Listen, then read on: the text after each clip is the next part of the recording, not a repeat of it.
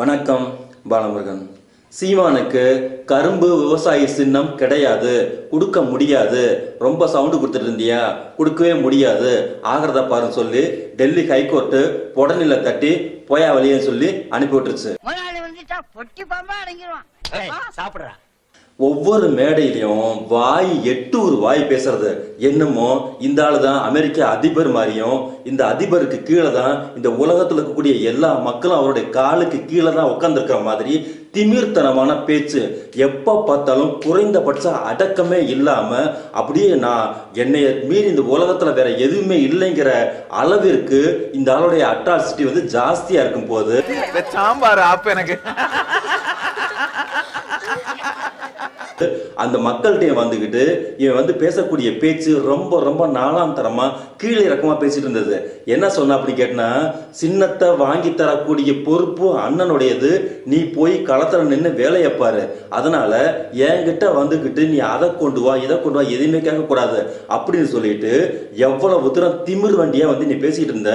அதனால நான் எங்க பேசணுமோ எனக்கு அவங்க எல்லாம் பதில் சொல்லி ஆகணும். அது தெரியுமா, சின்ன கொடுக்கலன்னா ஏன் கொடுக்கலன்னு பதில் சொல்லி ஆகணும். நீ யாருக்கிட்ட வந்து கேட்டுட்டு இருக்க? நீ ஏன் ஒரு அங்கீகரிக்கப்படாத ஒரு ரப்பர் ஸ்டாப் வச்சிருக்கக்கூடிய ஒரு கட்சி, இத்தனைக்கும் தமிழ்நாட்டில் நீ மூணாவது கட்சின்னா அங்க டெல்லி ஹைகோர்ட்ல இருக்கிற ஆளுங்கெல்லாம் வந்து உன்னை பார்த்து கழுவி உன்னை ஊத்துறான். அங்க உனக்கெல்லாம் மானம் சூடு சோரணை ஈனம் எதுவுமே கிடையாதா? சோறு தானே திங்கிற? தமிழ்நாட்டில் மூணாவது பெரிய கட்சினா 1, 2க்கு கீழே எந்த கட்சியுமே இல்லை. 1, 2க்கு கீழே 3 தான் இருக்குது. அதனால மூணாவதுல இருக்கக்கூடிய டம்மி பீஸ் கட்சி உன்னைய மாதிரி அங்க லட்சம் கட்சி இருக்கு.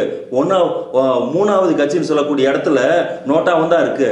அங்க இருக்கிற 2 கட்சி தான் அங்கீகரிக்கப்பட்டிருக்கு. அதனால வாய் சவடா வந்து எங்ககிட்ட அடிக்காத. இது மேடைக்கு கீழே உட்கார்ந்து இருக்கக்கூடிய ஜாம்பிஸ் கூட்டம் கிடையாது, எங்களுக்கும் தெரியும். அதனால இங்க வந்துட்டு நீ எப்படி பொத்திக்கிட்டு நிக்கணுமோ அந்த அளவுக்கு நில்லு. அதனால ஓவரா இங்க வந்து தாண்டல் போடாத சொல்லவும் அங்க தேர்தல் ஆணையம் என்ன சொல்லிடுச்சுன்னு கேட்டீங்கன்னா, இதுக்கு முன்னாடி கூட கன்சிடரேஷன் பண்ணக்கூடிய சூழ்நிலை இருந்துச்சு, இப்போ சுத்தமாவே கொடுக்க முடியாது. அதுவும் கேவலமான ஒரு காரணம், இவனுக்கு கௌரவமான காரணத்தை சொல்லியிருந்தா கூட பரவாயில்ல, கேவலமான பார்டர் லெவல் காரணம் இவனுங்களுக்கு சின்னம் கொடுக்காததுக்கு காரணத்தை சொல்லிருக்கு.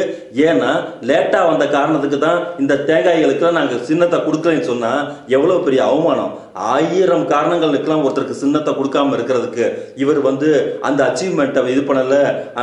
தேர்தலில் இருக்கக்கூடிய விதிமுறைகள் இவ்வளவு இருக்கு, அந்த விதிமுறைகள்லாம் இவர் வந்து ஒரு பொருள் கூட கரெக்டா வந்து ஃபாலோ பண்ணல, அந்த காரணத்துக்காக வந்து இவருக்கு நாங்க சின்னம் கொடுக்கல அப்படின்னு சொன்னா கூட குறைந்தபட்சம் ஒரு கௌரவம் வந்திருக்கும். சொல்லிட்டு சிரிக்கிற வெக்கமா இல்ல?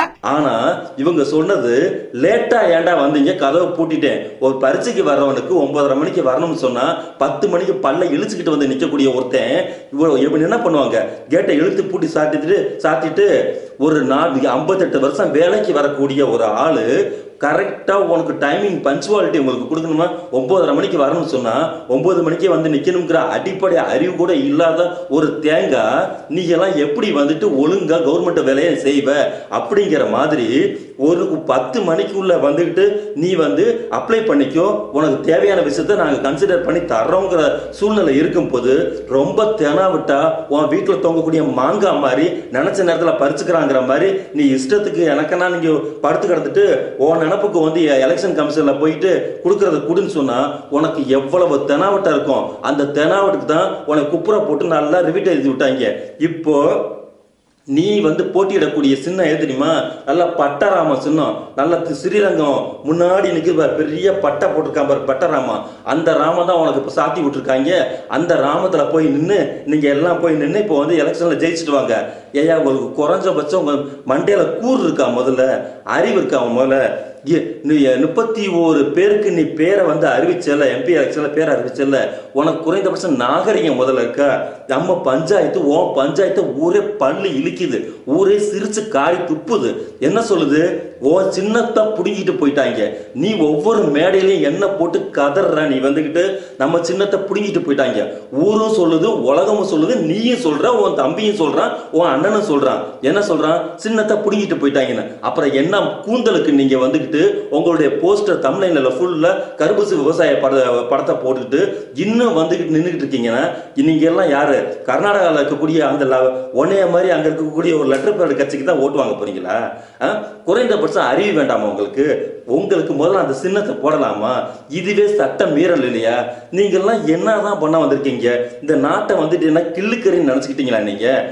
குறைந்தபட்சம் ஒரு காமன் சென்ஸே இல்லாம என்னதான் உங்களுக்கு பிரச்சனை?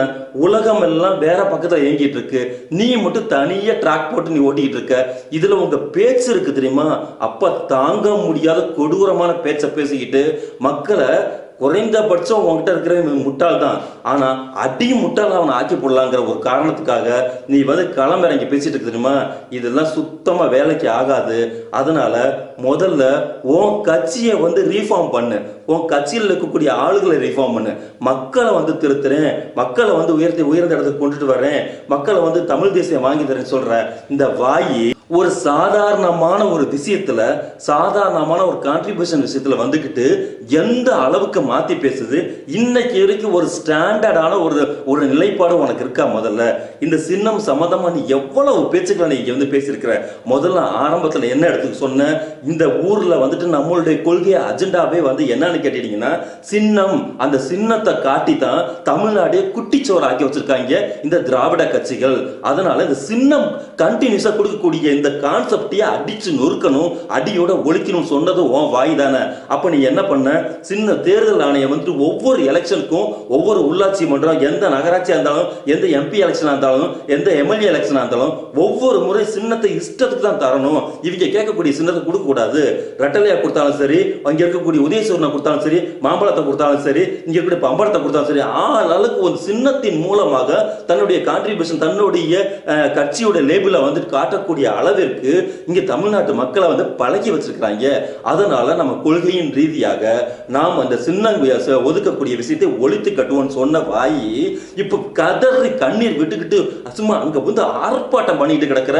எனக்கு சின்னத்தை கொடு, சின்னத்தை கொடு, சின்னத்தை பிடிங்கிட்டு போயிட்டாங்க, எனக்கு பதில் சொல்லணும்னா என்ன மயிருக்கு உனக்கு பதில் சொல்லுவாங்க? அவங்க எதுக்கு அவனுக்கு பதில் சொல்லணும்? உனக்கு பதில் எல்லாம் சொல்ல முடியாது.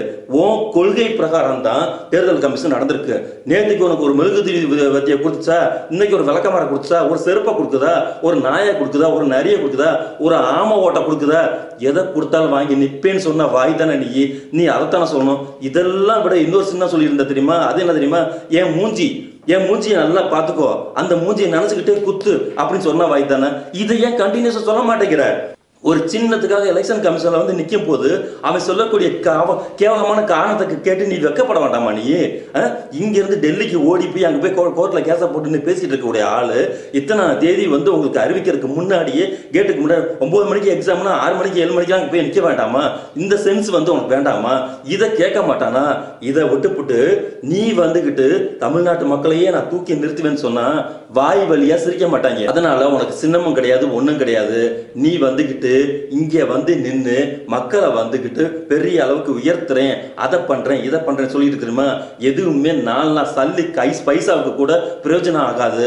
அதனால முதல்ல உன்னையையும் உன்னுடைய கட்சியில் இருக்கக்கூடிய ஆளுகளையும் முதல்ல ஒரு கருத்தரங்கமோ ஒரு அரங்க கூட்டம் போட்டு முதல்ல நாமெல்லாம் எப்படி நடந்துக்க வேண்டும், நாமெல்லாம் தமிழர், நாமே தமிழர் இந்த டுபாக்கூர் பேச்செல்லாம் தூக்கி போட்டுட்டு நாமெல்லாம் எப்படி ஒழுக்கமாக நடந்து கொள்ள வேண்டும், சோசியல் மீடியாவில் எந்த அளவுக்கு தரத்தோட பேசணும், எந்த அளவுக்கு அவேர்னஸோட, அரசியல்னா என்னன்னு முதல்ல அடிப்படையோட முதல்ல புரிஞ்சுக்கணும் அப்படிங்கறத கொஞ்ச நாள் ட்ரைனிங் எடுத்துக்கிட்டு அடுத்த எம்பி எலெக்ஷன்ல வந்துகிட்டு நீங்க நினைக்கிற மாதிரி என்னென்ன டார்கெட்ஸ் எல்லாம் இருக்கோ 2026ல எம்எல்ஏ எலெக்ஷன்ல எலெக்ஷன் கமிஷன் கேட்டிருக்கக்கூடிய அத்தனை ரூல்ஸ் அண்ட் ரெகுலேஷனை வந்துகிட்டு முதல்ல நிறுவுங்க.